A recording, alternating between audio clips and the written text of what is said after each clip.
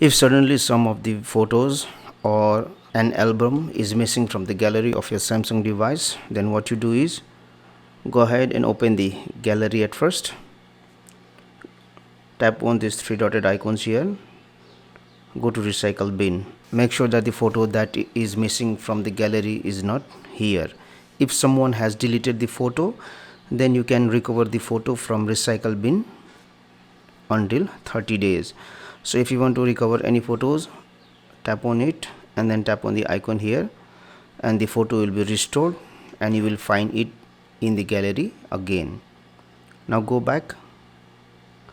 Again tap on these three dotted icons. Go to this option, hide or unhide albums.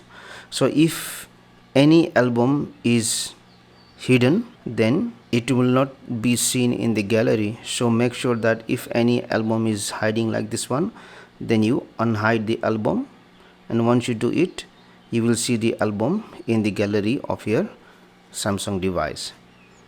Now there is one more region. Let's close this one. Let's go to this Google and open Google Photos. Go to library, go to utilities, scroll down and go to this option, locked folder. You have to enter the screen lock password. So let me enter.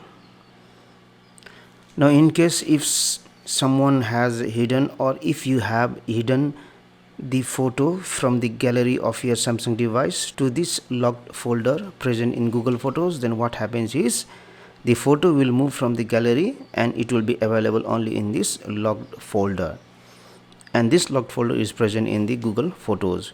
So if you want to move the photo back to the gallery, what you do is select the photo, select move, and then move.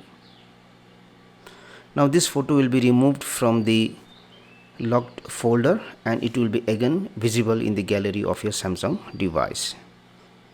So try these three things to check if you can find out the missing photos or album.